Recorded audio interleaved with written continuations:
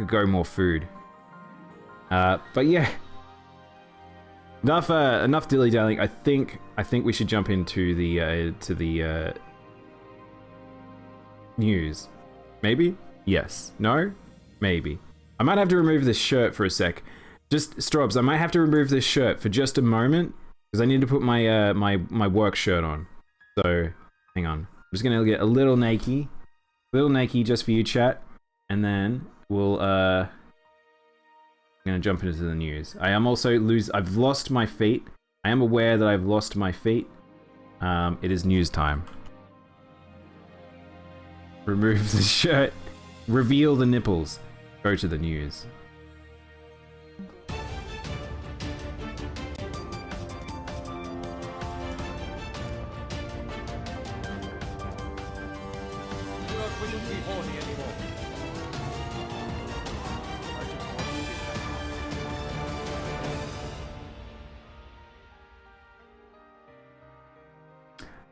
Do you know what I realize it's funny about the news intro is that for some reason it doesn't play immediately. There's something wrong with OBS. OBS does not like transitions, whereas like the other one does. Oh my god, Storm. Maybe click out of the chat window. We're getting all the spam. Now, news is not a horny time generally, but we'll see. Alright. Let's cut to it. So, a lot of news today, a lot of lawsuity businessy stuff that we'll talk about it, a lot of... Man, we'll get to it, but unionization in video games is something I've preached for a very long time, and it is killing me that it still hasn't happened. It's high time, and maybe an event like this might cause it, because shit's going down, and it's pretty real. But that'll be saved for later. For now, we're going to talk about the general news. So, here we go. Babylon's Fall closed beta test phase. So phase 1, this game, Babylon's Fall, moving to a multiplayer system. This is the game made by Platinum Games, and it's been completely reworked because it's published by Square. It's from being a single player experience to a full multiplayer experience, what it seems. And it is not looking fantastic, I will say. I am not very impressed with how this game is currently looking, but what I will say about it is that it will be at least hopefully fun to play, even though it looks like it's probably watered down combat wise. But they are doing closed betas for the playtests. That will start in, well, it looks like it won't hit Australasia, but at least if you're in North America and Europe, it'll be from August 5th. Well, they don't have the other times. I don't know if it's actually doing for each region, because they're doing them on different days, you'll notice. But I don't know if, like, North America will include Australia, or if we'll be in the Japan timings. I'm really unsure. But, yeah, July 29th, August 5th, that's pretty far apart, and then August 12th, so 7 days apart. So they're doing a week apart from each other. And if you do want to have a go at this, there is, like, I think you can opt in for the closed beta, and I think that got lazy and ice cream instead. Heck yeah, I like me some ice cream. Probably not ice cream time for me right now though. Ice cream lunch, maybe. But yeah, we'll see how that goes. I honestly, I hope it does better. I hope it looks and plays better than what it did in the trailers that we last saw. Speaking about games that I wasn't expecting to do as well, Amazon's New World beta has passed 200,000 concurrent players. People are thirsty for MMOs right now, I'm just gonna say. And it looks like we are in a space where people extremely want to check out this game. I don't know if this is a lot of influencer involvement. If you haven't seen New World, I've not really been keen on seeing this game. But it's pretty fucking insane that it's reached these numbers such an early stage. It made it to the 6th most popular game on Steam yesterday. That's a really high margin to try and reach.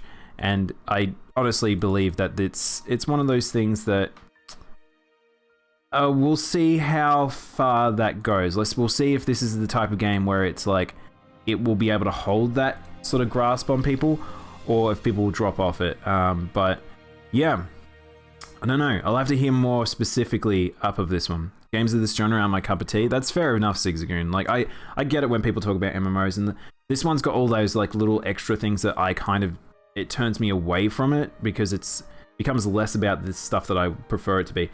We will talk about an MMO that I am actually excited for, just because I've played the other one, but this one didn't really catch my eye in any regard, so we'll see. We'll see how it goes. Hopefully people do enjoy that one. A bit of an out of left field here. Blade Runner Black Lotus anime begins in fall 2021. You guys know I'm a big fan of Blade Runner. Blade Runner's extra content is usually pretty choice, and it's always overseen by the creative team, the writing team, that usually it turns out pretty well. Comparatively to, say, like how the Ghost in the Shell's new anime was, which was a 3D anime, and it was terrible, this actually looks like it might be pretty cool, just from what a couple of screenshots I've seen, and it has had some pretty notable people behind it. But there is a trailer here, and I do want to check this out, because I haven't actually seen this trailer yet. Everything intended will happen. Also, it's on Adult Swim, if you didn't notice in the bottom right. A good platform to have very violent shit. Which, Blade Runner is known for some pretty dark moments.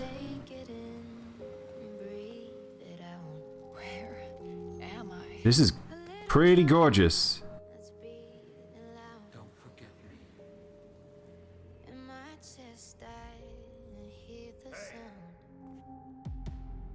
You lost? Leave me alone. I can feel. How did I do these things? I'm probably gonna get VOD muted, I just realized here, by the way, chat. Walk away from this whole thing. I can't do that. I can feel you now. We might have to mute this one, because it's, I feel like the music's pretty it's gonna be a little frustrating here. But this is weird. This has kind of got a more of an action vibe than I was expecting. This is almost Ghost in a Shell like.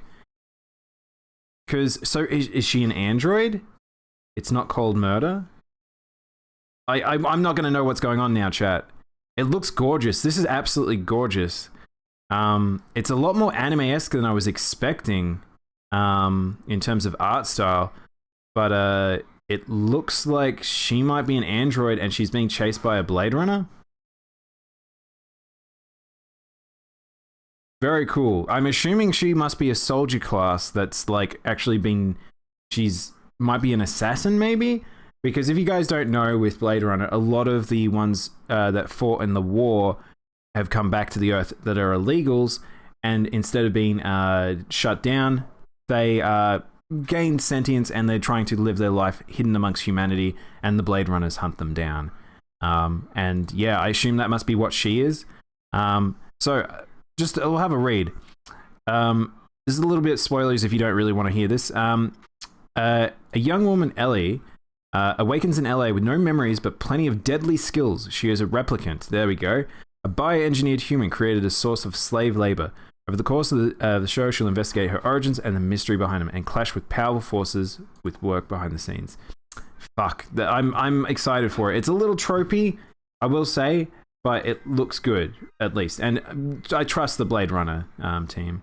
I'm gonna look for a bit, and the game looks promising. That's an anime. That one's not actually a game, ironically. But yeah, Roy Batty did nothing wrong. Who's Roy Batty? Which one's Roy Batty? Is the guy in the first one? CJ?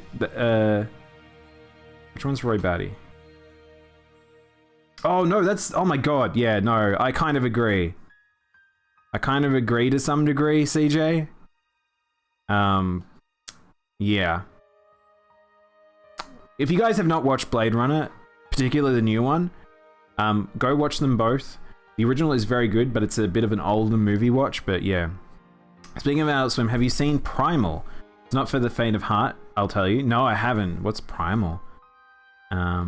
This is pretty. Yeah, I think that art style was good. It was just a little, it may have been a little, I guess, anime than I was realizing it was going to be. It was a little more, and that's okay. The previous anime-esque stuff they did was good. So, and I have seen screenshots of this before, Zigzagoon, but I've never watched it. Is it just a caveman doing caveman things? That's what it looks like. Speaking of more TV shows, so we also have a live-action Pokemon TV show apparently heading to Netflix, which, well, you guys know how well Detective Pikachu did. The visuals that went with that, not my favorite. That was particularly not my cup of tea. I didn't really like Detective Pikachu too much at all. It did very well. That's probably why this is going to happen. But as all things Nintendo, it is always unsure whether or not something will actually come out of it. A lot of the time it doesn't. Things just don't come about. They'll talk about it. Like the Mario and Zelda has been talked about a million billion times. But Pokemon sometimes does have stuff. Watch Blade Runner, then watch its why the fuck are they making a Blade Runner sequel? Oh my god, this is fucking incredible. You really should have seen a cinema sequel of Blade Runner 2049. I like that CJ's like train of thought there. I do agree with him though. Blade Runner 2049 in the cinema was dope. That was if that one ever gets re-screenings in a cinema, go watch it. It is very, very, very good. It is cinematic perfection. I honestly, it might be my only like 9.9 out of 10 for a movie. I absolutely love that movie. It's very, very good. Speaking about very, very good things, The World Ends With You has now launched. I haven't played it. I don't know if I'm going to play it on stream because I kind of want to just enjoy the story. But this game is looking really snappy and it looks really good. And for World Ends With You fans, this is very exciting times. I saw Mo streaming it. I know Mo was very excited about it. But this game just looks very pretty, very stylish. It looks exactly what we wanted as a sequel. I can't. There's not really any faults I can see from just looking at it from the outside in. But yeah, Mo, hey Mo, how you doing, man? It's very good. I'm glad to hear. If you're enjoying it, that means I've got very high hopes then. But yeah, it's really what we wanted. Hey, Hollows. Sorry, what? Dude. Yeah, 2049 was an incredible cinema experience. It was gorgeous, breathtaking, and unimaginably boring. Oh, Hollows, you little cheeky, sliding that in at the end there. So the good and bad and the ugly. Whoa, that's a pretty. You saw it in like in. I can't say that word. Orpheum. Morpheus. Say his names and he appears. I know. It seems like we're able to summon people today. I said Mo and I summoned him. Mo was just waiting for me to talk about World Ends With You. But yeah, okay, so Mo, I really want to play this. I don't know if I'm going to have time to play it on stream, and I want to play it now, so it might be one of those things I play off stream because it's really good. It looks really good. But yeah. Oh, hey Tunu. Gaming news, lawsuits. Yes, lawsuits. We'll talk about that soon though. That'll be like a later part. You're playing 14. You've been lurking. I'm getting off-stream vibes from it. Yeah, see, that's the thing.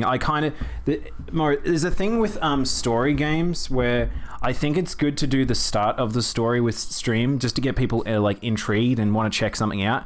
But then there are games where I'm like, if people aren't really wanting to follow along with story, or they don't want to like get spoils or spoils, or like they miss a couple of streams here and there, they don't want to like necessarily jump in at the later stages, but they don't want to go back to VODs. It's a hard thing sometimes with doing story games, in my opinion. So something like that, where I think that the gameplay isn't necessarily something that's like you're better over talking over the game, but if you don't want to talk over the game, then it'll put you in the place where maybe you should just take your own time with it. Like it's figuring all that shit out. It's hard. The Orpheum is beautiful. I don't know what you guys are talking about. Is it like a big cinema in Sydney, I guess? Orpheum is like an old Art Deco cinema that's been in Sydney for around for years. Oh, okay. Yeah, we've got like some big ones in Melbourne, but everyone just goes there to IMAX, honestly. But yeah. Let's keep moving ahead. PAX West, we're actually having a physical PAX, which makes me think that maybe we might get the physical one in Australia if things go okay. Maybe, or so. I really want to go to PAX. But for PAX West attendees, if you have not got your vaccination or a test to prove that you're negative, you will not be allowed into PAX West. Even if you have a ticket, they will turn you back.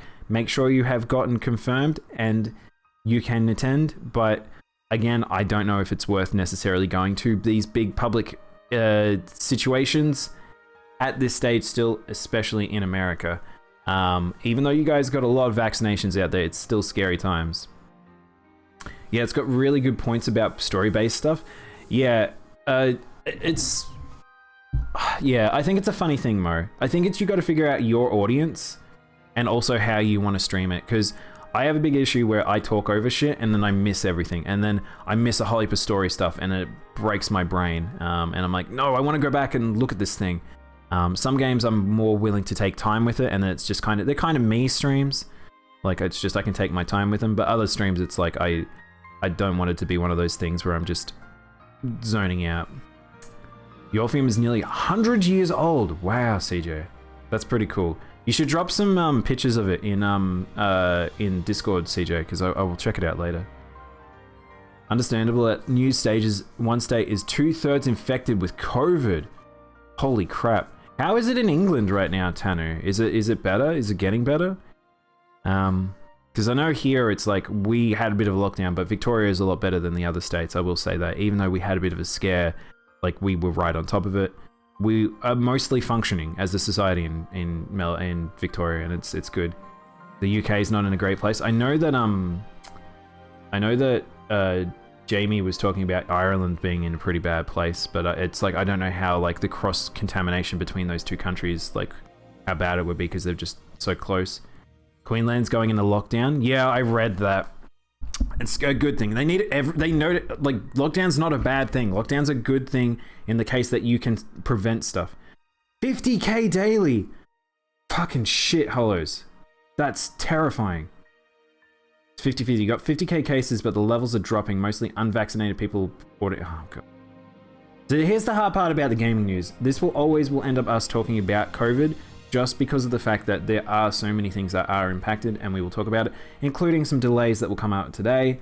It's not going to go away anytime soon, unfortunately, but it is one of those things that it's going to happen for us to talk about. Thing in Canada is bad too. Alberta next to me is unlocking, and the place is unlocking the place, and it's scary to think about. I think that it's scary shit, Strobs, but at the same time, as long as protect yourself. You just look after yourself.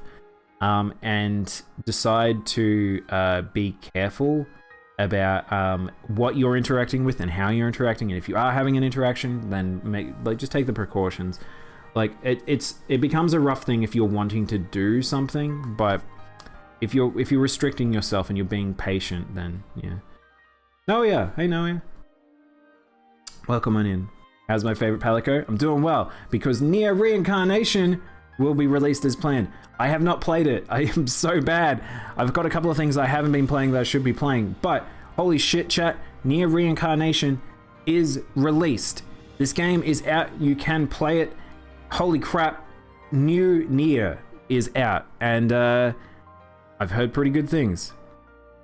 It sounds like the following victory. You know, New South Wales should have done it instead of having a dick waving contest. I know, CJ. I don't understand. I don't understand the other states. We're gonna stay in a small town for a while if it keeps up. Yeah, it's just zombie apocalypse time, Strobs. It's better to be out in the middle of nowhere. Yeah, the thing is, it's happening worldwide, so hard to kind of avoid. Yeah, that's the thing, and it's in a weird way. Alex, it's a good talking point in a sense. As horrible as it is, everyone has their experiences, and they can discuss about how they're going with it because. It's just so it is global. It's a global pandemic. And we all know, God, Mo. But yeah, if you guys aren't picking up Nier Reincarnation, it is on mobile. I'm looking forward to playing this game in full.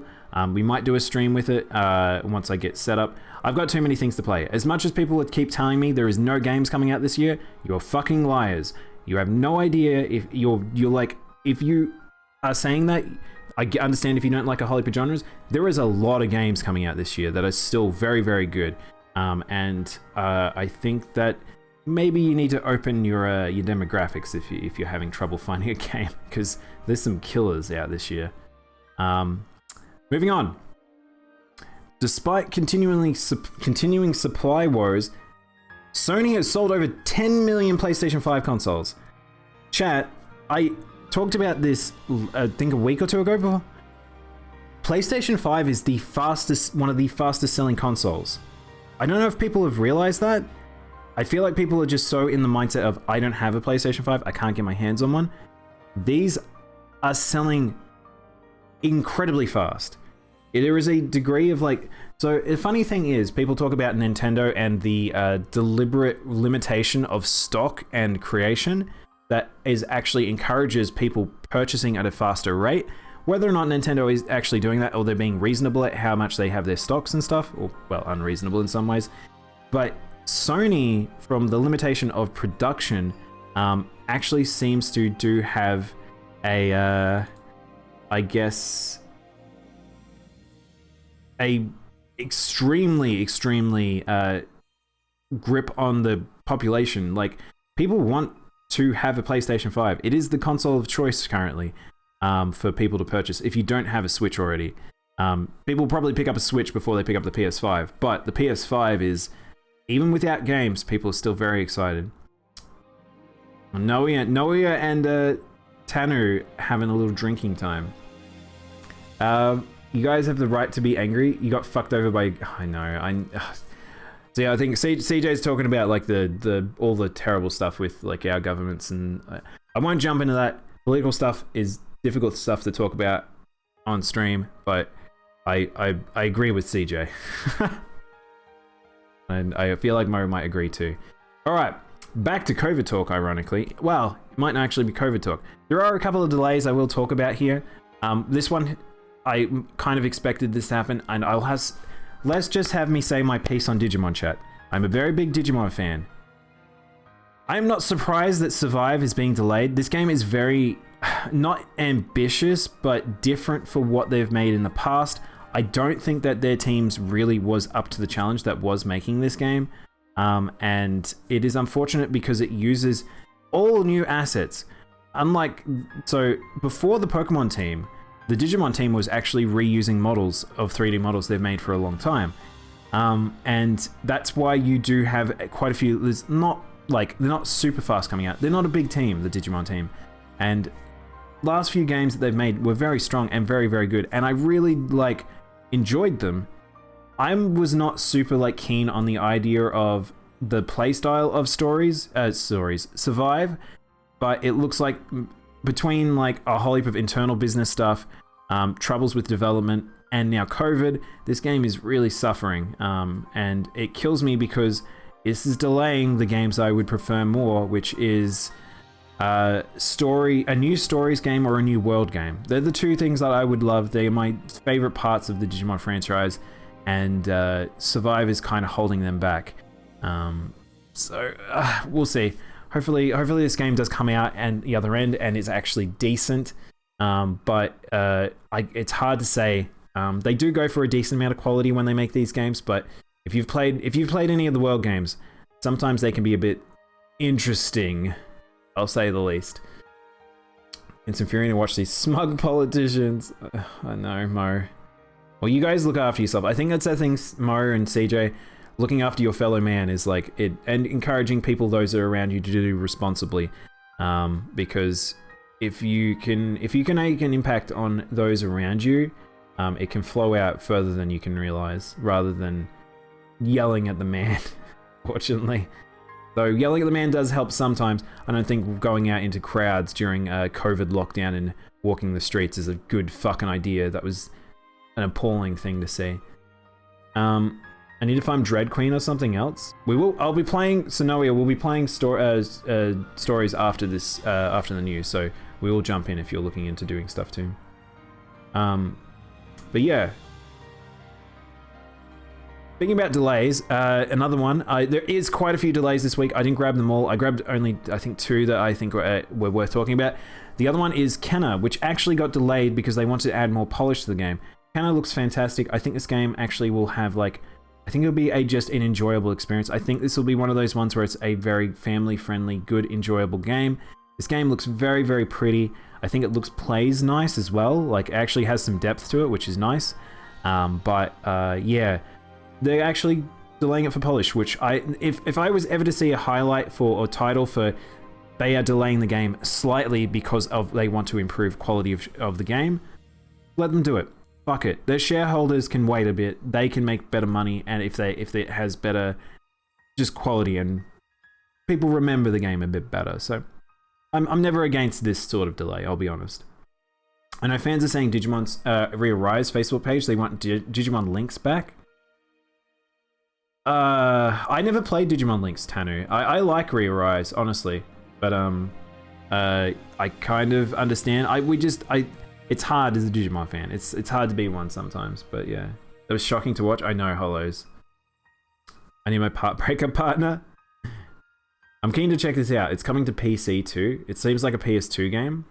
Kind of, yeah. It's got different vibes to it. It seems very off-trend to the rest of the industry right now, and it just looks like a good experience, honestly. Links was like a cyber sleuth format on the cell phone game. Oh, it was an actual RPG. Oh, I didn't know that. Oh, that's cool. I like the auto processor is Re-Arise. It's a good background mobile game for me, basically. But, yeah. Monster Hunter. We always get to talk about Monster Hunter. Weekly Rise version. We'll try that again. Monster Hunter Rise version 3.20 to add weekly event quests. Thank you, Strobes. So this is just adding more quests. It's one of those things they need to add more stuff. They just need to keep adding stuff. Unlike on the right hand side, we have a story ad for stories too. Rise unfortunately has had a not great content drought, and it's funny to talk. It's weird because the Monster Hunter community is kind of torn on Rise.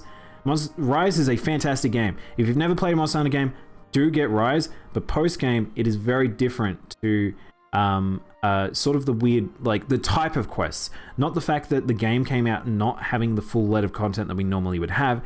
It's also the fact that the content we are getting is a bit average, to say the least. But there is a quest that I'm very excited about, which is Monster Hunter Rise cross Okami collaboration. Now, Okami is one of those games that's on my list to play one day with you guys because I love Okami. This is one of the games that was created by the team before they moved on to make Platinum Games. And I love Ami's design. I'm a big fan of wolves. I think wolves are very cool. I think Amaterasu as a concept for a god is very cool. I think that the art style, the play style, just everything about Okami is wonderful. And this is something that as soon as we saw the Palamutes, we were like, is it possible? And it's more than possible. It's here. Ami's here. I love this. And this is a really good collab because there's some little nice things they've added to this particular collab for the skin, which is Ami has not only the disc, the sword, but when she runs, she has elemental effects based on the location. So it's all the little details from Ami, and that's some effort. There's some nice effort. Unlike a lot of the other collab stuff the other content they've added, I think that doesn't look great. And it's a bit just whatever. Ami at least has a little bit of fun shit going on, and I love it. This is probably this is the DLC that I'm the most excited about so far with Rise. I mean, I take that back, not including the main story bosses and stuff like that, but it looks really nice. And it's always been a funny thing with Okami because Okami can never come out again. We can only get remasters. We will not get an Okami 2, I don't think so. Yeah. So this is a collaboration. Hey NZ, yeah, this is a collaboration. This is Capcom cross Capcom, which if you saw, unfortunately with this trailer, it shows what is the plan table line for the roadmap for Rise, which doesn't look great. As you can see, we've got July, which is all the Ami stuff, but Capcom Collab 3, 4, and 5, which is not great. Okami 2 was on DS. Was there? Was that actually... No, was that a sequel? Oh, no, yeah. Oh, shit. I completely forgot about that game. I never played that, CJ. Like, I kind of don't consider it an Okami game because it plays completely different, doesn't it? But yes, I'm very excited about this. I blanked that out of my brain. When does it comes out today? I know. I was thinking about doing it today, but we're going to be doing a session with the Sapphires tomorrow, so I will be probably going to get Ami tomorrow. So Okami then, yeah. It doesn't play the same. It still had the drawing, yeah, but that's not the main. The thing is, the drawing is a part of the combat system. Like Ami is still a combat system, so yeah. You need to get it. Yeah, Rise is really good if you've never played Monster Hunter. It's just really fun. Oh, this was meant to be amongst the delays section. I moved it on. Crimson Desert delayed to unannounced date. So it was talking about MMOs that I was excited for. This is the MMO that I am excited for. Crimson Desert. If you never played Black Desert is possibly the best feeling MMO. Maybe next to me playing Blade and Soul. Unfortunately, it did have server issues just with the fact that it's not Australian, but as an action game, they are very fun, and I'm very excited for Crimson Desert. This game is very ambitious. If you've not seen the visuals tied to this, it's hard to imagine it's an MMO. Crimson Desert is fucking insane looking, and I believe that they can live up to it, because if you've played Black Desert I still think is the best looking MMO, and it's kind of bonkers what they're doing with this particular game and how well it will run. But them needing the delays makes sense because it is a very, very, very, very insane premise for a game. Like just how much they're intending to do. If you've not watched the trailer, I won't grab a trailer. You guys can go check it out, but very, very cool. I can't join the Sapphire Sea. That's okay, Tanner. Don't worry about it. It's pretty much, Tanner, we're here when you need us. It's if you want to jump in, you can just jump in. That's how we go. Hey Carter, how you doing, man? But yeah, Mario Paint Kids picks Okami, same genre. You're such a shit, CJ. SNK appoints Kenji Matsubara as the new CEO of SNK. Holy crap! So if you guys don't know, Kenji Matsubara was previously was it president or is he CEO of... Oh, okay, here we go. He was previously the CEO and president of Zynga Japan, as well as the COO, president, and CPO of Sega Games. I don't know how this has come about. This is very weird. Let's just say Sega has not been doing well for quite some time. Zynga Japan, I'm not quite sure how that sort of was going. But SNK is trying to build itself up at the moment, and I don't know if that's the reason why this is happening, but he was the CEO of Farmville. I guess so, Tanu. Just like the Smash stream? Heck yeah. I wish I could get into a Twitch team, but only the requirements for applying is that you have to stream. I think it's funny about Twitch teams, Noah, is that you have to have a partner. Actually, Mo, I don't know if you're still there. I'm actually curious. Now, I haven't even thought about that. I would like to talk to Mo later about what Spooky and if like how does partners with a team work? I didn't even think about that. That's super weird. Taz, yeah, I had a mental blank there. My brain just completely farted there. But yeah, is that opened up as a possibility for him? Not to suggesting that they should make one necessarily, but that's one of those things that I know that a lot of people see, and it's like, get very excited about the concept of teams, and they have a lot of weird restrictions around that. Like, I don't know why you have to be a partner to make a team. It's very strange. Anyway, that's a tangent for me to think about later. Anyway, I try to catch Riku, bless him, but he keep messing his timings. Man, Tanu, Riku is so difficult to find. He's either on all the time or he just disappears into the void. He do what he do, basically. I want to see that. It's so left field. Yeah, this was very strange. I don't know if this is a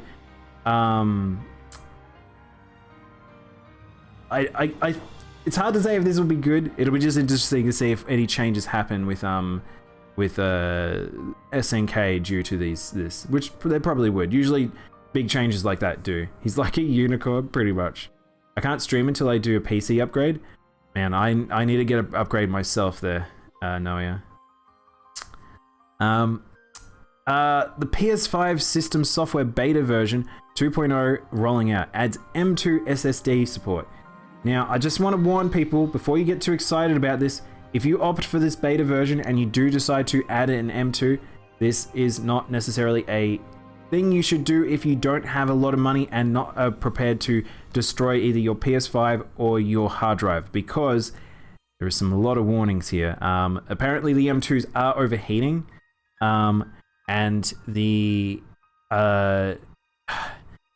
apparently it needs a heatsink, and some people are saying that it's just not working with certain ones. So like, this is only for people who are like really opt-in people that have some money, people who are like prepared to test. But really, if you're a person with a PS5, my suggestion is wait. Don't go crazy about this. This is something you probably don't need to worry about for now. Not to make one, but to join one. Yeah, I've seen a lot of teams now. Yeah, they were a hot thing. Probably like, I feel like, I want to say like over a year ago, I saw a lot of teams. I feel like I don't see them as much around anymore these days. Like, people don't talk about, like, the Sapphires. We are a unofficial team, but that's just because we don't have like a partner that actually can create one. But we probably would have that as our thing. But it feels like it might be quite some time before we would see something like that happen. I just want to get a PS5. I know, Tattoo. I know. Alright, so I've been warned about this one. If you're a Pokemon Snap fan, here is fair warning here. If you've not finished the game, maybe look away. I'm tempted to not watch this trailer in some sense, because apparently there's some spoilers, and I don't think I can be spoiled because I've completed the game, but apparently there's spoilers about certain things, which if you may have just saw that thumbnail, this thumbnail already has spoilers. You'd like to join the Stardust? Oh no, yeah. There's quite a few people that I think I would love to bring in. We've tried to slow down a little bit on bringing in people at the moment, but I think it would be fun to expand and have us as a big old Monster Hunter guild. Not necessarily just a collective of streamers, but we'll see. I'm always funny about it because I'd much prefer to raise a community than necessarily try to just get too many just streamers, but we'll see. I've never played Snap, and I might forget what's going on in the trailer. Sounds good, Carter. But we won't jump into this. This is a spoiler warning. There is already a big spoiler on screen. If you've played the original Pokemon, this shouldn't be too much of a surprise, but let's do it. I mean, starting with fucking Mew is like crazy. So if you guys have finished the game, you'll know about the situation with Mew. If you have played the different zones, you'll recognize pretty much everything on screen. A lot of this stuff is already, so this is stuff that's in-game. Wait, I don't remember, I haven't done that Charizard one. Wait, hang on, oh wait, hang on, what? Okay, there's some of this I haven't actually seen, because there's so much extra stuff.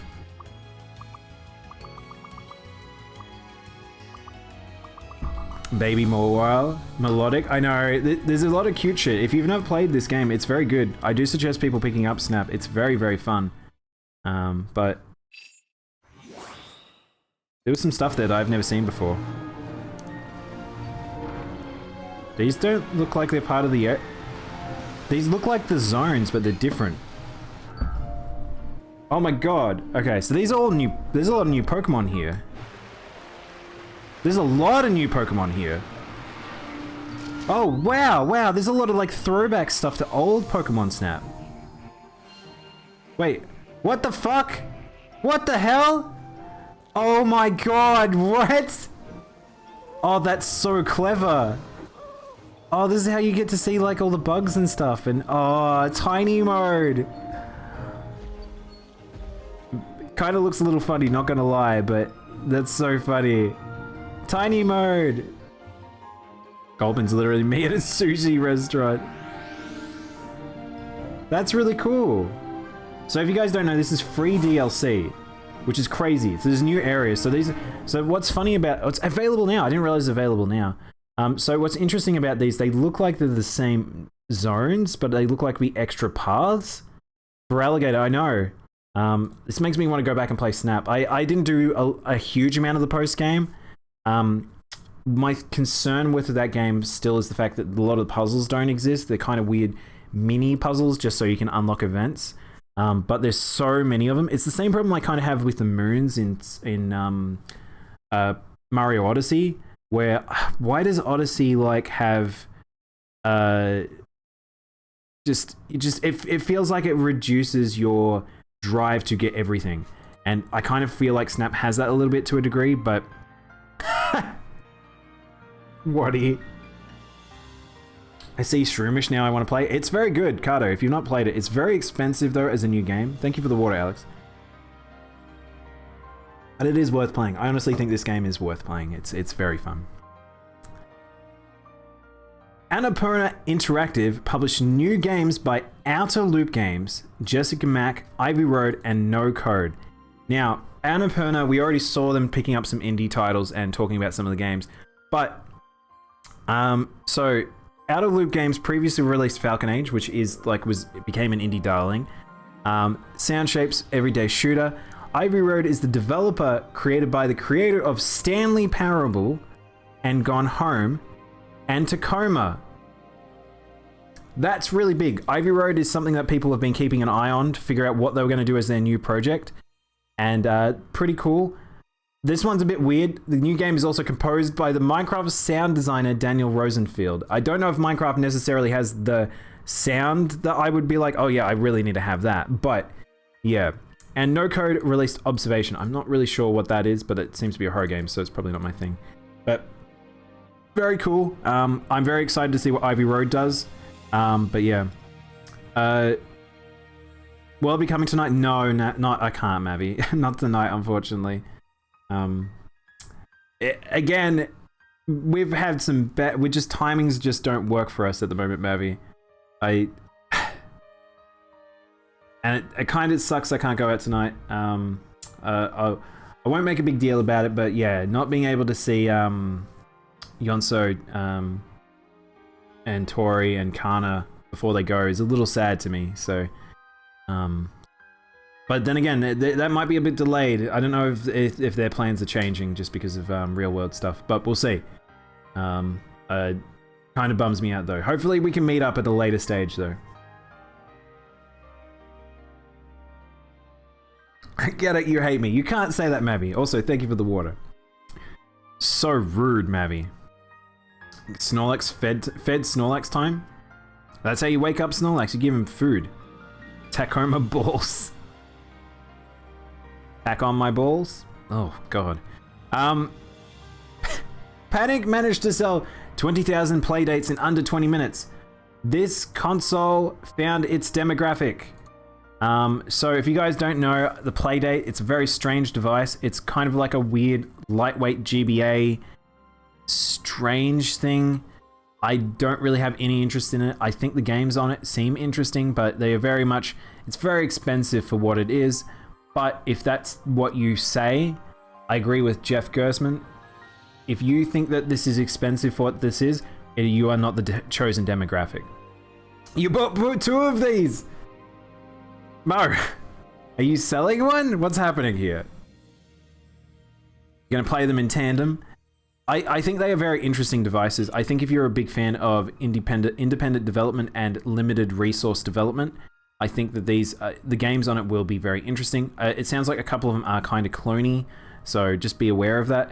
But yeah, I picked up one from a mate, and then he ended up getting one. Smooth. Now you have two, Mo. You'll have to figure out. Maybe no, don't do that. I was gonna say maybe you could like make a win a prize thing, but it's a pretty expensive win a prize. Riku, hey Riku, how you doing? Tanner, I finally found. We were talking about how you two can't fight each other very often, but it's very funny. I bring the sapphires together. Welcome on in. But yeah, I don't know if the playdate is necessarily something I'm interested in.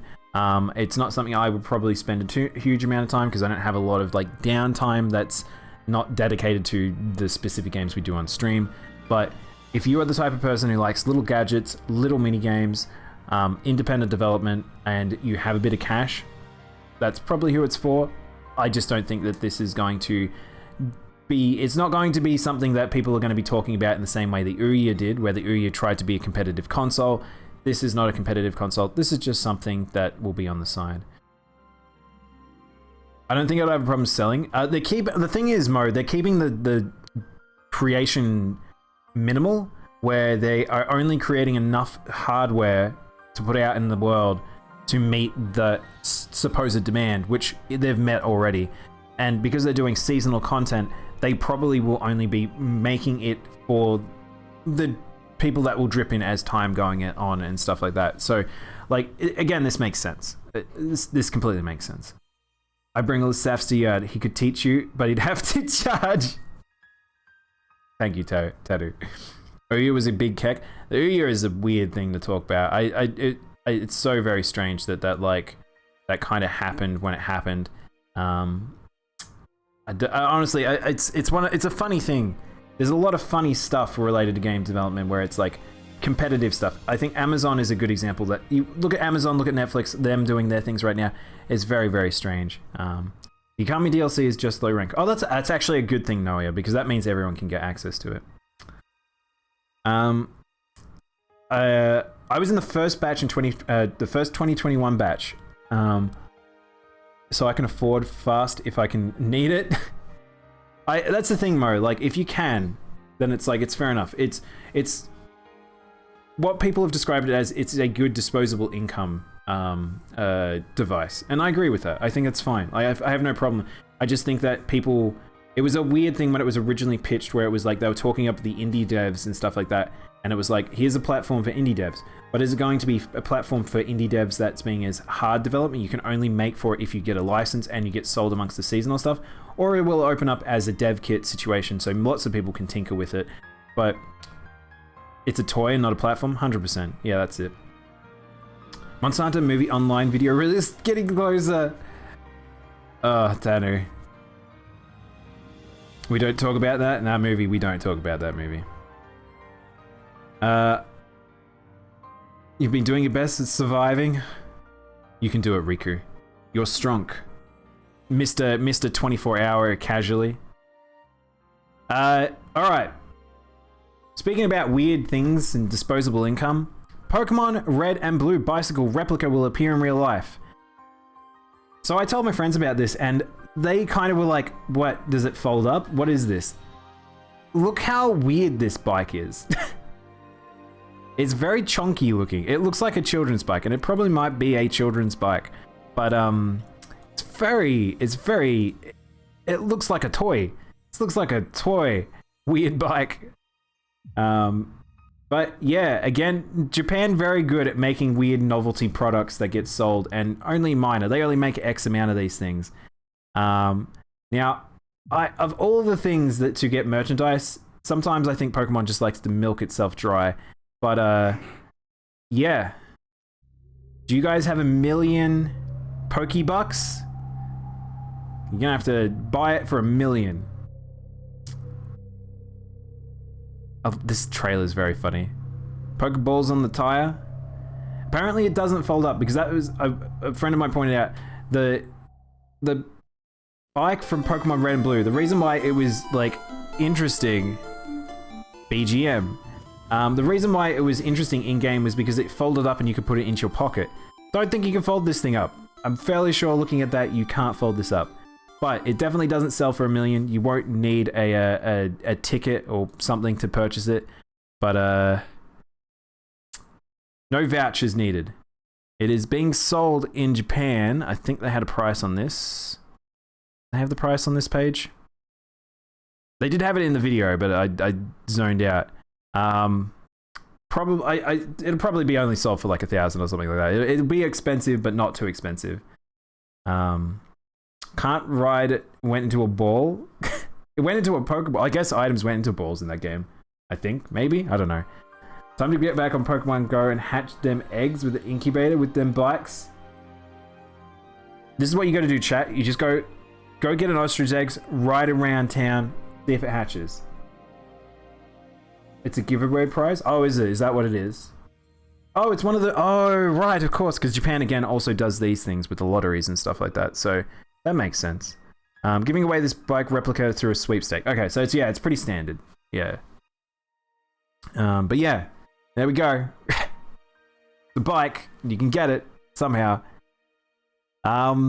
Moving on. No More Heroes 3 Alien Superheroes trailer. There's already been so many trailers for this, by the way. This looks like a short one. I will watch a short No More Heroes trailer because I don't want to spoil too much of this game because we've already seen so much of it, but here we go. AKA Fu. Listen up, Earthling aliens. I'm about to conquer this planet. Fu and 9 of his aliens are dispatched into formation. What a shitty town. All recognized by the United Assassins Association. I have frame rate worries about this game. There was cutscenes being shown in this trailer that had low frame rate. Old Joe. Number 8. The Alien Kidnapper. Black Knight Direction. Oh, we're actually being introduced to each of the aliens. Interesting. Number 6. The Gastro Cannon. Whoa! Whoa, whoa, whoa, whoa, whoa, whoa, whoa!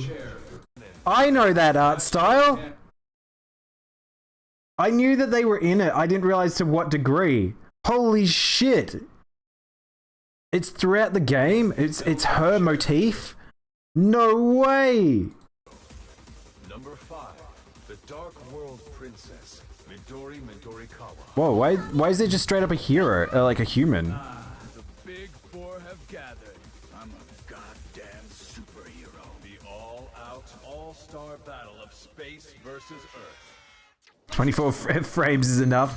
I don't know about that, CJ. Yeah, because I saw that. So this moment, when we first saw that, I thought it was just for a moment. It's throughout the game. Aliens like that hit movie Alien? Yeah, that's right. That's the main resource. The pure, primitive insanity. Good trailer. This is a good trailer because there's a lot of shit in this. Let's go. Oh, I really want to play this. We'll definitely play this on stream because No More Heroes is not a very long game, very fun, and I think you guys are all caught up to speed now.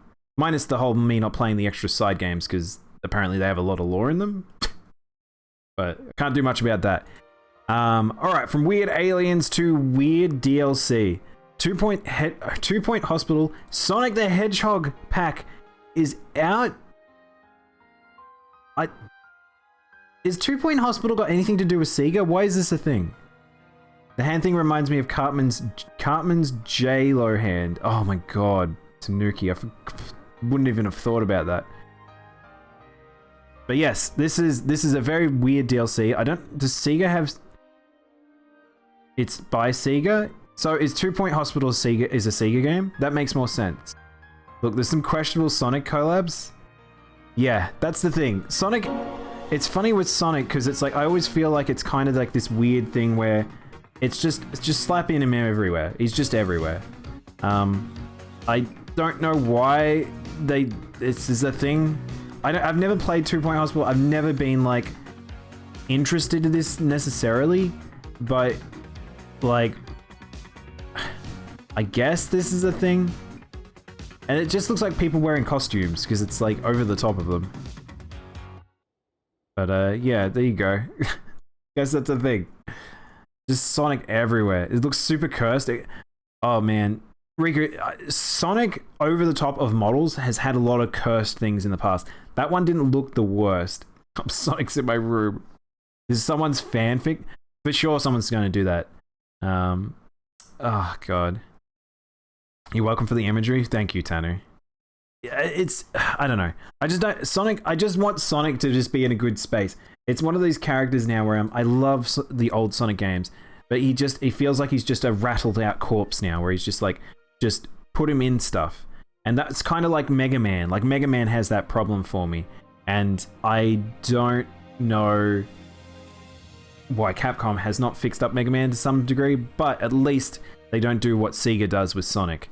Wow, Cold Steel, you're the best doctor at the Sonic Medical Academy. I'm promoting you to head surgeon. Sonic is basically a retired American basketball player. Kinda. 2 Point Hospital is a good spiritual successor to the Theme Hospital from the 90s. I've never played them. It's like, it's never had any interest to me, Tanu, but I can see why people would like these sim games. They're just for a very particular sort of demographic, I think, sort of thing. But, oh my god. Is this going to be... Storm, is this the one that we talked about a little while back?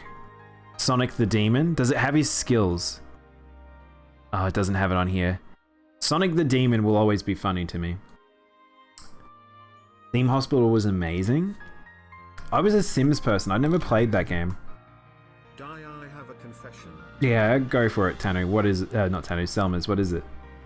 SMT phone game has it? Yeah. Alright. Zoo Tycoon. Alright, I played Zoo Tycoon actually. Yeah, I played some of the Tycoon games too. There are some of those sim games I have played. I'm not a huge sim person though. Alright, here we go. This is a weird one also. So I just sort of picked up, this is sort of a mini news. The FF14 Sage Drop icon changed from due to triphobia. It's just an excuse to talk about 14. I love 14. I'm really excited for the Sage. But apparently this icon previously, I didn't see what it previously looked like, but apparently it had holes where each of these diamonds were. And yeah, it triggered people's triphobia. I actually have a degree of triphobia. I'm not going to go Google search triphobia if you don't know what it is. Just not to trigger people. But it's basically holes in stuff, like holes in imagery, and it sort of evokes that sort of, when you like look at spiders' eyes and things like that. Yeah, they changed this icon because apparently it triggered people, which I'm actually surprised about because I don't think that it probably would have gotten me, but yeah, I don't know, interesting. I haven't seen them actually ever talk about this. Like, it's one of those news things that have come out where it's like they've talked about it, but it's like it feels funny for it to hit the news cycle in a sense. But yeah, smooth brain gamer only like game if have big sword. Shut up, CJ. Don't out me like this. But speaking of, I mean, I'll probably play the Reaper. I'll probably not play. I mean, I like floating swords, but I'll probably play the Reaper before I'd play the Sage, honestly. Now, don't get mad. I accidentally dropped my Q-tip holder and pricked myself. Oh my god. Selbers. He's just bleeding. He's just bleeding out now. As is possibly Blizzard and Activision.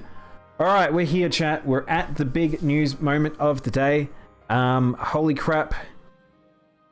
Lawsuits getting underway. Well, not necessarily the lawsuit, but at least all the information that will be used in the lawsuit.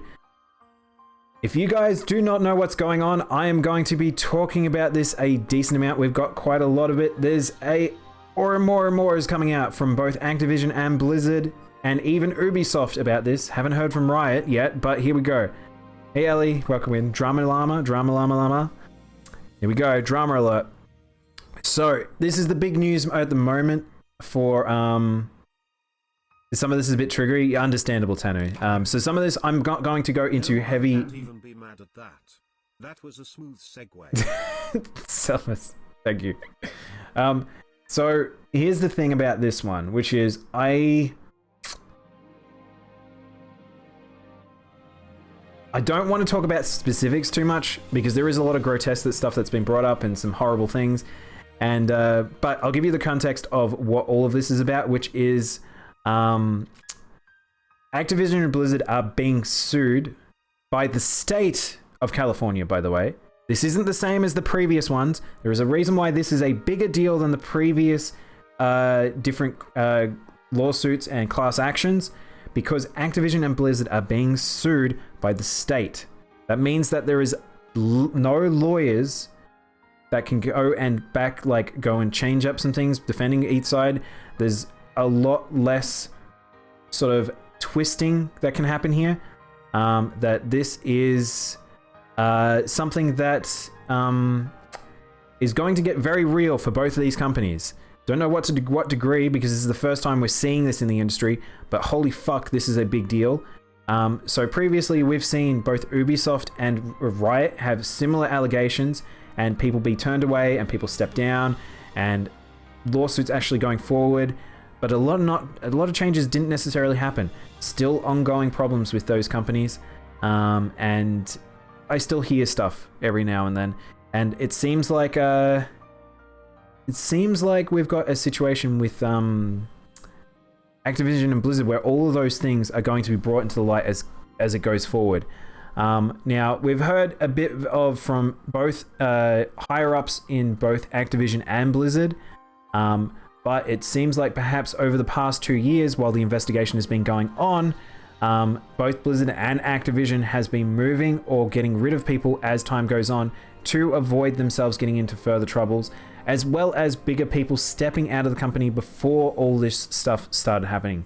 And we'll hear, there's lots of different hearsays, there's a lot of different things. This is a hard part because this is a lot of people's, so I want to take a moment here. These are people's lives we are talking about. As much as this is a big company, there are individuals involved here that this is their word against whatever. There are people's there are victims as well as people that have done wrong, and it will be not up to the public to necessarily go and point finger. That is what the investigation is for, but it is something to be aware of because it is going to be a class action lawsuit that will probably hit both companies very hard. Now, Activision, we'll start with this article because there's a lot of these. I'll talk about it. I don't really have an order for these, but I've just collected a whole heap of them in a similar regard. But here we go.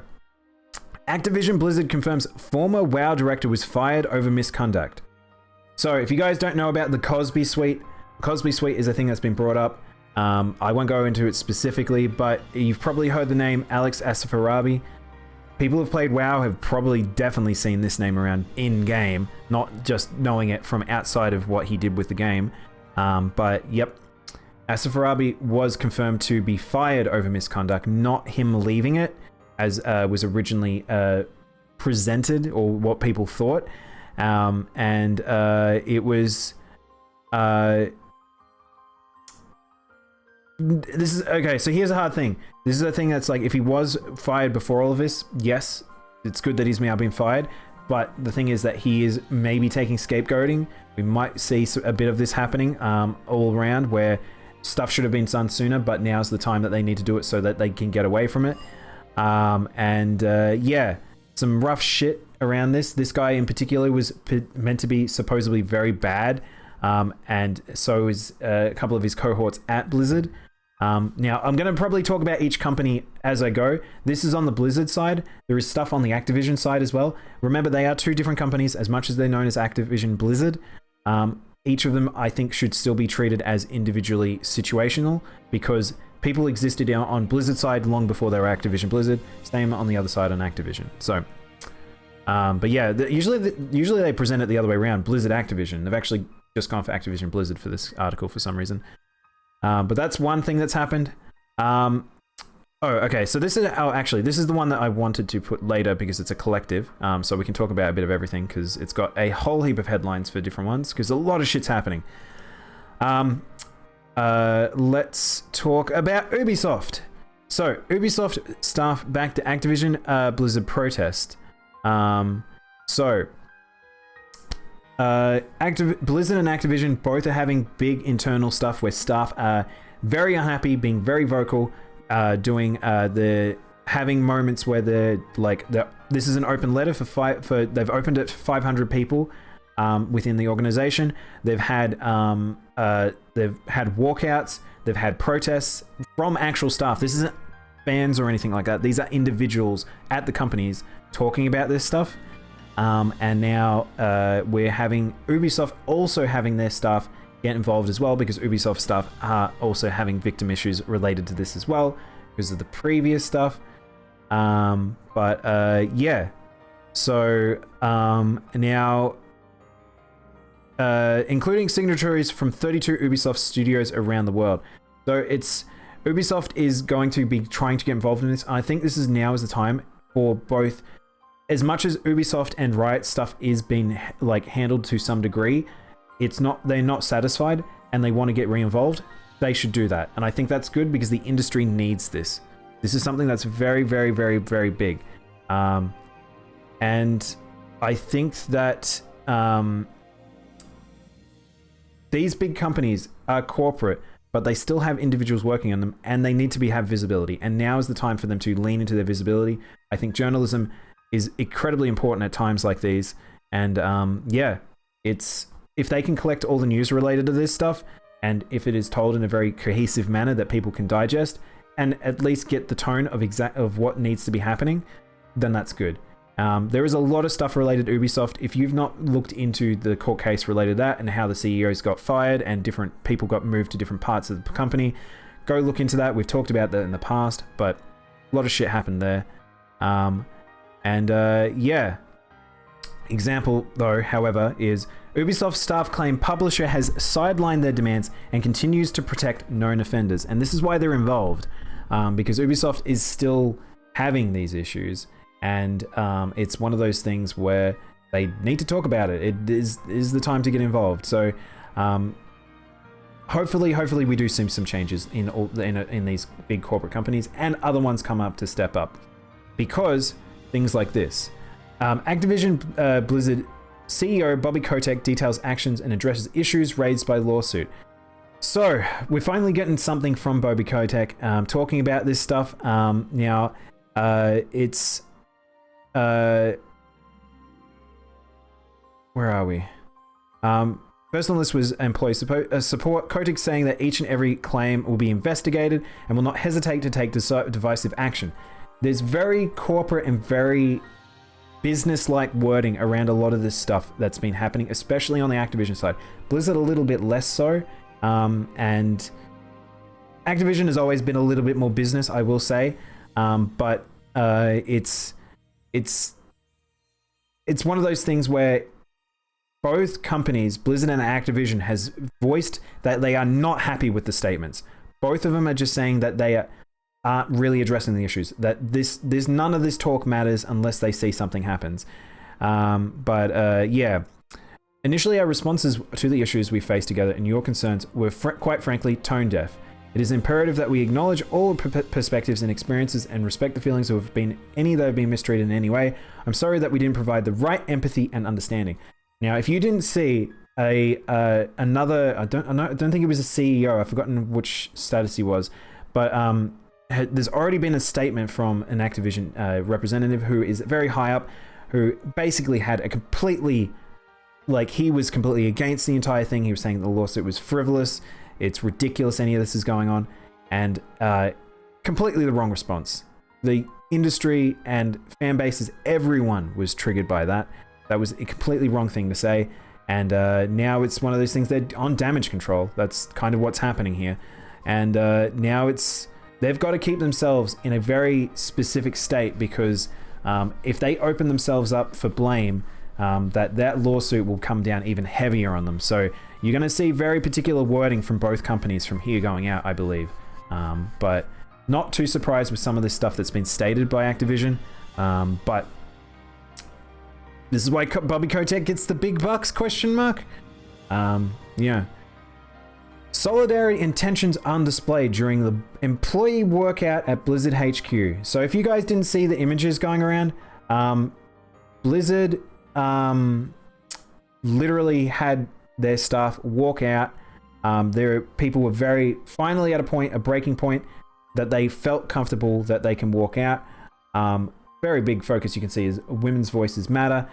Now, it's it's one of those things where it's just internally they're it's the coined word for terms for this going around is like frat behavior from males in the industry, and it's I don't really like that terminology. I get it as what it's trying to draw as like a parallel in how people are behaving, but it sounds much worse than that. It's pretty grotesque, like in terms of some of the stuff that I've read, and it's if a lot of this is true, and if the companies are feeling this, because by the way, chat, I think I talked about less than a year ago about the idea that Blizzard were planning to have a walkout on another related subject. There was the China related stuff that didn't have people walk out because of how bad they were having those situations, and it never left. Like that stuff was still inside the company. The fact that their employees were so ready to do this is just showing that this has been building up for a while. Like people are not scared for their jobs right now. They're obviously they want the world to know what's happening here, and yeah. This is again why journalism is important for stuff like this. So if you haven't seen, they haven't got a good image here with the crowds. There is a very large amount of people in front of Blizzard, of just employees just not working. So yeah, it's not a few. More stories emerge from Activision and Blizzard following the days of the walkout. Now, some of this stuff I'm not going to go into. There's been some pretty bad stories, both on Blizzard and Activision side. There's some really unsavory things I've heard, and yeah, it's the very specific individuals have been called out. Very specific individuals have come forward about some of the stuff they've done, and yeah, it's definitely something where if you want to look into this more, then I'll leave that up to you guys. If you guys want some sources, I can give you some articles and things to read, but yeah. Which leads us to the main talking point, which I would like to lean back on, coming full circle today. And something I've brought up before within the video game industry, which is unionization.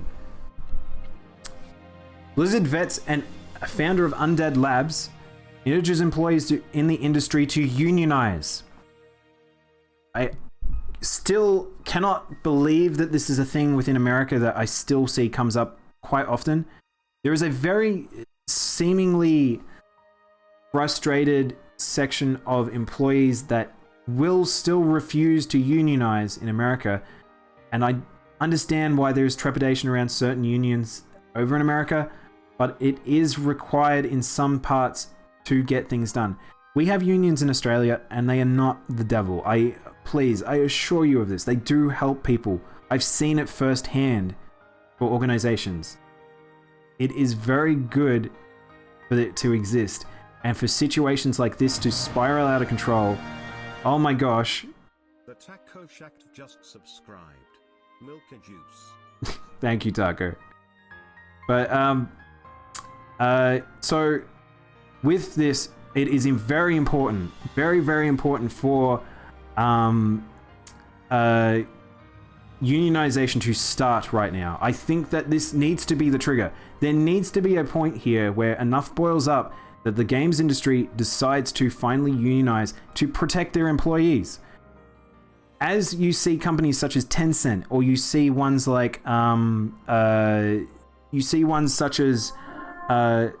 Selmas, thank you for the host. If you see ones such as big corporate organizations like Blizzard and Activision, Ubisoft, Riot, EA, like getting away with shit that's detrimental to the industry, detrimental to staff, detrimental to just even consumers. There's a lot of stuff that needs to be fixed in the games industry, and I think that bigger people need to step up, and they need to make sure that something happens. And this is now maybe should be a trigger, hopefully. I would love to see something happen, because I feel like the industry's been trending towards the right ideas, but they can't step over the mark, because you still see stuff like this as a main thing, and it's not okay. Now it's one of those things like, it's very strange because I've seen both sides where it's like, or I've seen people talk about both sides, and I kind of understand like the trepidation around the industry doing it, but it's one of those things where we can't just keep having class action lawsuits to deal with this because it's slow and very late responsive. And yeah, I honestly think that something like this needs to be the trigger. But yeah, I'm glad that Jeff Strains brought this up. I think there are people, especially if they've walked away from Blizzard, like the ex-founder of the Hearthstone team, and a couple of others that have walked away that used to be at Blizzard or Activision that saw some pretty bad shit and then being like, yeah, something needs to be done. But yeah, it might not be today, but it's a fuse so far. I hope so, Zeus. I really do. It's a funny old time with a lot of this stuff where it's like, this just can't keep happening. Surely. But, you know. Anyway, so as a roundup, there's quite a lot going on with this lawsuit. Activision and Blizzard have to take this seriously. The industry's taking it seriously. The entire video game industry, fans and developers, are keeping an eye on this. I've seen extreme comments in Twitter threads directed towards individuals involved, wanting them to answer questions and own up and all this stuff. And it's like, again, I think that the lawsuit will handle a lot of this stuff. I think that some people will be tried to be protected. I think some people will be scapegoated, but both companies will take a very fucking big hit here. And probably going to see a lot of these people that are protesting right now lose their jobs. That's going to be probably something that happens here, because it may not be right away, but if they look at it and they're like, well, we lost a whole heap of money. We're not going to keep around the amount of staff. And I think that's the devil in waiting with a lot of this stuff, where it's like at the end of the day, they are corporate. They can do what they want. So again, why I think unions would be better with stuff like that. All right. The lawsuit filed against Activision Blizzard company calls case to be distorted and inaccurate. So we talked about that, and that's what we talked about last week. And I don't know if they've actually got the person who mentioned that from the Activision side, but apparently it's overblown. But according to actual staff, who are the people who should be believed as victims, that's not the case. Bungie speaks out against toxic studio cultures following Activision lawsuit. We talked about this also. Like I said, third parties, people that have worked with Activision, people who worked with Blizzard, that they are the type of, or like they saw stuff from the outside in working as third party or working as them as publishers, and some horrible shit from that. But yep. You were at a wedding. What do you mean, CJ? What do you mean? You were at a wedding. Gaming outlets halt Activision Blizzard coverage. So this is something about, it's not about the actual lawsuits. It is about the actual, their games. They're not going to promote any Activision or Blizzard games as it goes forward, which I think is a good thing. I think that's a very, like, they are still doing their journalistic stuff, but they're not going to be promoting the games as it stands. And I've talked about like YouTubers and streamers and stuff like that have been stepping away because they need to take time they don't want to be involved with it as a promoter of those platforms. I just attended a wedding in Brisbane. Oh my God, CJ. Wait, are you in Brisbane right now? What are you talking about? Hey, Brookie, welcome on in. Also, Summers, I will get back to your thing.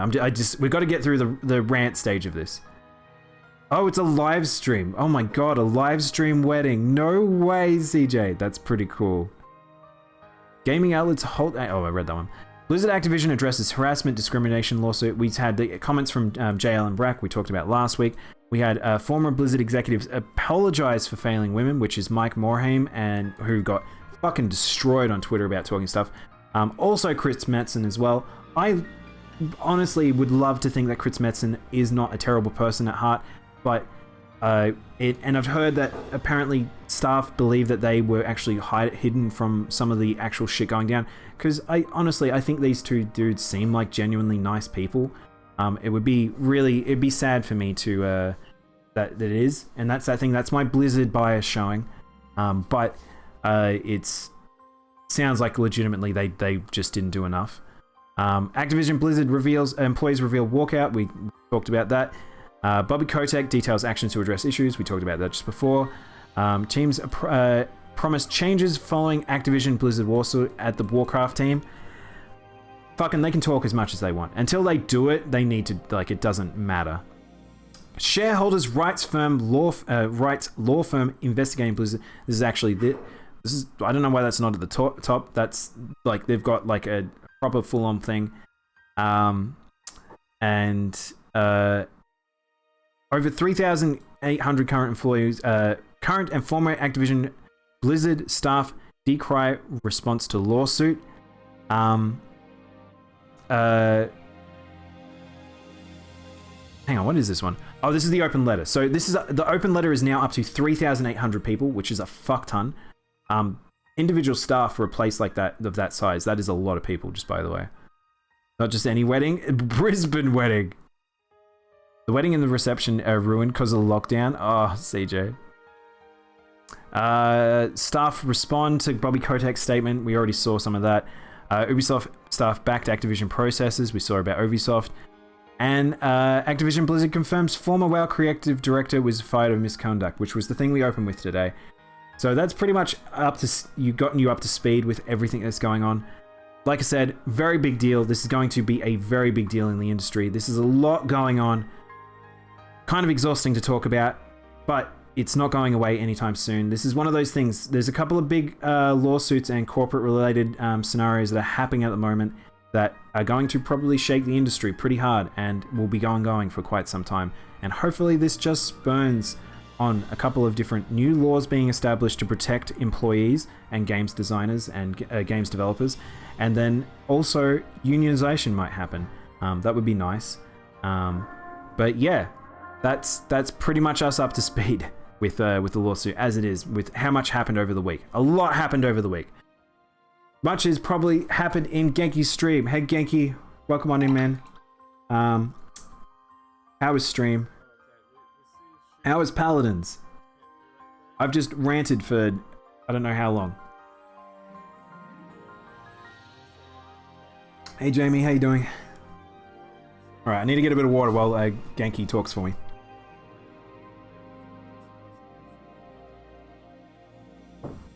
Paladin's okay, you got your butt kicked. Nice. I mean, that's how that goes. I went to a wedding once. It was so beautiful. Everyone was crying. Even cake was in their tears. They were crying cake. Oh, Itchy, thank you for the water. I just finished drinking. I played Yoshi's... Oh! I still haven't played Crafted World. I think maybe that would be a fun, cute game to play. I really just want to play Yoshi's Island, Yoshi's Story. I like Yoshi's Story more than Yoshi's Island, and I really want to go and play that as a retro game some point. I miss that game. Oh my gosh, you're still playing Ninjala? No way. But yeah, guys, if you haven't already, go give Genki a follow. I imagine a lot of you already know Genki, but I would still appreciate it. We're still talking about Activision and Blizz bad. I mean, both of them pretty bad, not gonna lie. But yes, that is all the news. Like I said, we were going to finish with the Activision Blizzard news. As I said, it was the big one of the day. Holy crap. That lawsuit, big old fucking shit show. I just really hope some good stuff comes out of it. 20 to 40 minute ranting Viviro take. Give or take. I mean, that's kind of me, Zeus. This is a big deal. Honestly, I just want people to know that this is a big deal in the industry. Yeah, just it's pretty bad. It's all right. Here's a little side off. This is less news. This is me just having a side off rant. It's pretty fucking bad when you hear about what happened with like how the Overwatch team and the characters and stuff they've made within the Overwatch team and how targeted it is to LGBTQ stuff and like a whole heap of like meant to be empowering for those people, and yet there is a lot of internal stuff where it is not there's not a belief necessarily at the higher ups as to why those characters are like that, and I don't know, especially the lead dev of Overwatch that's now left the company, and stuff that's starting to come out about him and stuff like that. Again, there's a lot of hearsay here, so I want to be careful about who we talk about thoroughly, and what they've done, because there could be some stuff here that there might be a bit of bandwagoning happening here, but and some stuff being blown out of proportion. But at the end of the day, some pretty fucking terrible stuff is being said. Also, other AAA devs are pretty bad. I completely agree. This is why I think unionization needs to happen, because AAA is AAA. But now we've got some important news. Baja Blast fans need to know about the bizarre new Mountain Dew product. Thank you, Storm. As always, if you guys have got news that I've missed out on that you want me to cover, feel free to let me know. I'm not sure if this necessarily counts as game news, but it is news, that's for sure. Now you can smell like a soda. Now you can smell like a soda. Fuck the M16 using rose skin. Oh my god. I know. So that's the thing. It's funny, Jamie, because I've heard so much stuff about the Blizzard side, but I haven't really heard many people talking about Activision side. I haven't really seen... I'm more of a Blizzard person myself, so I probably follow more people that are interested in Blizzard things, but I haven't heard Activision fan-base fans getting an outcry about all of this, I think, and which might say something about this. Also, yeah, Selmas, yeah, I didn't see that. You did have a gaming-related thing, which I don't... Is this actually true, or is this a rumor? Am I about to talk rumors? I try to avoid talking too much rumors, but here we go. Fortnite teases Family Guy crossover. So not Family Guy, Fortnite, the game series that seems to want to cross over everything, just bring all the universes together. Yeah.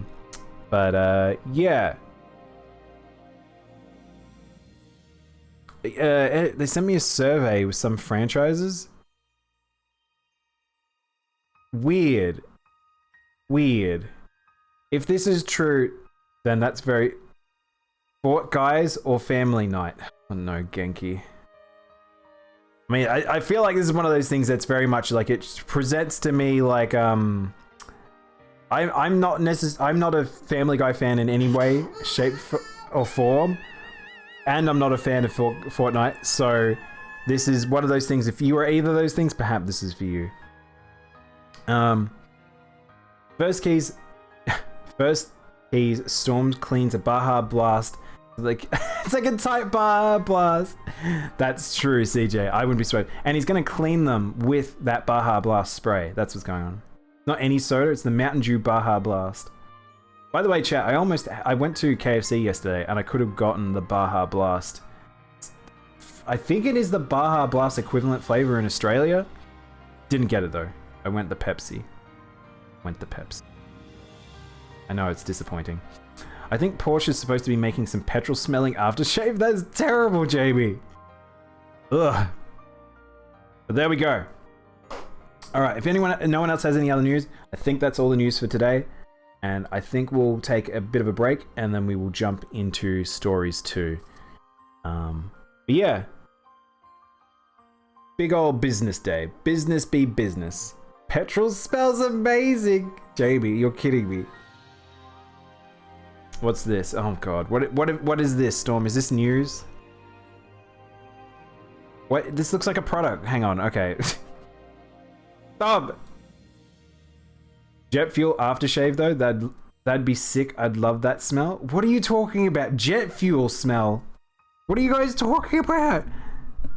Oh no, the rev heads appeared in chat. That's what's happened. We've got rev heads in chat. Oh yeah, it wouldn't be anything special. I'll grab it at a later date. Oh, the Akami one?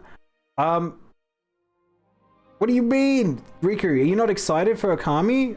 I want Ami as my mount so bad. We're going to get him tomorrow and I'm very excited. He looks very good. Not like, I love you, Baka. Thank you for the follow. Oh my god. I'm just waiting for the Baja Blast game. One day, I mean KFC, not KFC, Mountain Dew, surely they'll put that together. I accidentally got petrol on my hand. Feel like my car might have accidentally gotten a bit buzzed off the fumes. Oh no. Now they're getting high off the fumes. This is what's happened. This is what is evolved. It's not smell. You just want to get high. You've not played Okami before? I just picked it up yesterday. Wait, you're going to play Okami? No way. Oh, Riku, that's very exciting. I've talked about I want to play it on stream again because it's a wonderful game. It's very long. I was watching Tante play it through and it just reminded me it's a very long game. So it might be interesting to I might not play all of it, but I might play the core story bit and then do there's a few story beats that I think I could probably do off stream, but yeah. Luckily there's a Family Guy, perfect man who's always, oh god. I almost read that out fully. Didn't realize you were singing in chat. But I think this is the point that I might take a break. And we might prep for Monster Hunter stories. Palamute skin's cool and all, but it's missing something. Really? What is do you mean like the cricket? I don't know what you mean. Do you mean like it doesn't feel quite right, or you mean like the actual like celebratory of it doesn't feel right? He changes. I think the fact that Amy she changes weapons. She has 2 of her weapons. It looked like she has different like. I like the particle effects on the ground when she runs. I think that looks really cool, and it changes per area. And she has one of her poses from the game. I think that's like. I thought that to me looked pretty good. Give the dog a gun.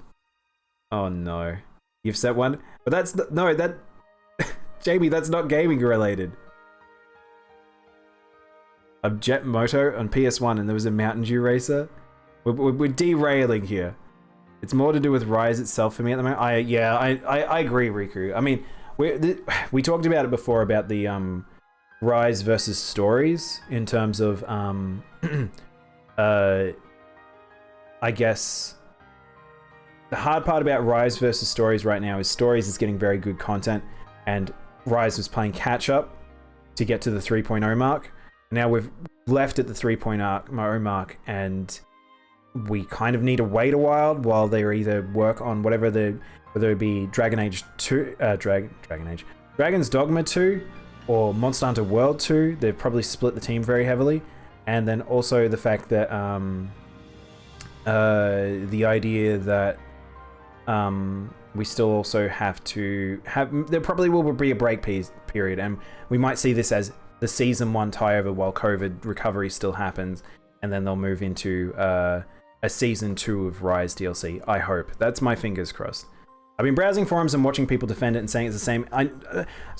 This is the thing, Riku. I've seen so many people talk about as if they know old Monster Hunter content as it comes out, and it's like really fucking weird because it's not the same. Like, do people not know? The 3.0 content is essentially the 1.0 content, and it's a better way to look at it because of just how bad it ended at the end of base Rise, that you can't look at the 3.0 content as additional content. You're better looking at from 3.0 on, in a sense, with some of those bells and whistles. If you look at World's base one, that actually had a decent amount of extra content that we weren't expecting, and some actually really fun crossovers, honestly. But even if you look at just Generations, which didn't have an insane amount straight off the bat, and then if we have Monster Hunter 4 even. I don't really know if 3, because I don't really remember the DLC when 3 came out, because I never really thought about DLC back then. But yeah, I don't think I plugged in the Wii to the internet, did I? I don't know. I don't think I did. But yeah, I don't know. I feel like it's a weird thing right now talking about Rise with people, and I think that people should just enjoy stories too. I think that's what people need to do. There is plenty of content to go play in Generations if you haven't played Generations, and I think that people should take if they're not enjoying Rise, go play World if you haven't played World. Go play Generations Ultimate if you haven't played it. Go back to even go and play fucking 3 Ultimate if you haven't played it. Can't really play for you, but unless you're a clever clogs. You'll remember the Need for Speed Pro Street on PlayStation 3? It had Mountain Dew paint jobs, I'm pretty sure. You're kidding me. Do you know who put that in there, Jamie? Storm. Storm actually a dev on Need for Speed Pro Street. Got to start with Monster Hunter 1 so you can get the whole story. no story in Monster Hunter. I'm sorry to say. As much as I love the very minor amount of story in Monster Hunter, there's very little. 4 is only really the place where you're gonna get some story. Hey Armin, how you doing? You've joined just as we're about to go for a break. 3 Ultimate was fun. 3 Ultimate was my, like, that was my in for Monster Hunter, I'll be honest. God, Storm's just living in the Mountain Dew. He's just swimming in it. But yeah, this is where we're gonna take a break. You guys look after yourselves. And I'm gonna go get a snacker while we prep for Stories 2, which is going to be about Endgame. Hopefully we can get to another Elder Dragon today. Elder Dragon a day keeps the Doctor away, I guess. Alright, Stormy's having a... God, Genki! I'll be right back. Thanks for watching.